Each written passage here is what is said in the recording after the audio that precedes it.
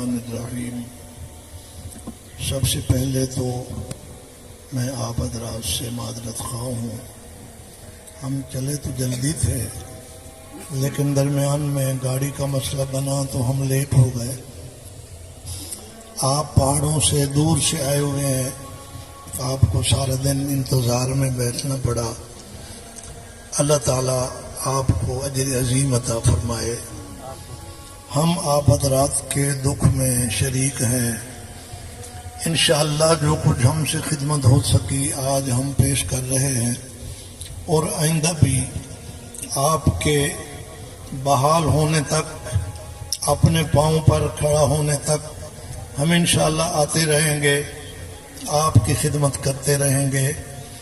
آپ حضرات کے ان حالات سے پورا ملک متاثر ہے، اور یہ پاکستانی قوم کی خصوصیت ہے کہ رسول پاک صلی اللہ علیہ وسلم کا دیا ہوا ایثار اس قوم میں موجود ہے، اس لیے سارے لوگ بڑی خوشی سے آپ حضرات کی خدمت کے لیے تیار بیٹھے ہیں۔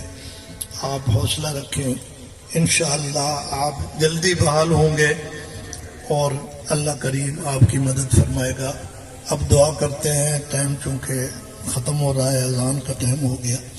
دعا کے بعد انشاءاللہ آپ کو تھیلے تقسیم کریں گے۔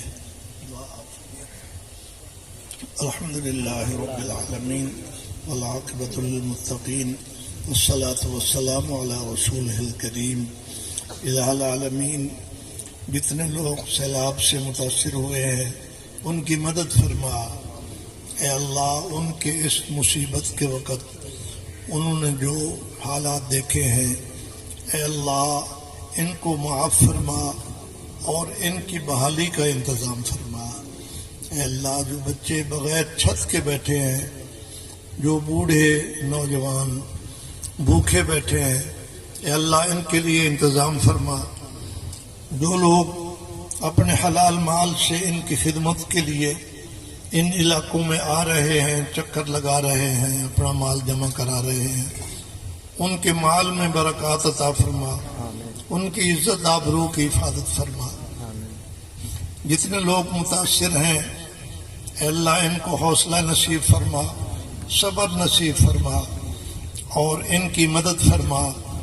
آنے والے حالات میں اے اللہ بارشوں کو، سیلاب کو روک دے، تاکہ جتنا آزمائش آ چکی ہے اس سے زیادہ آزمائش میں نہ ڈال۔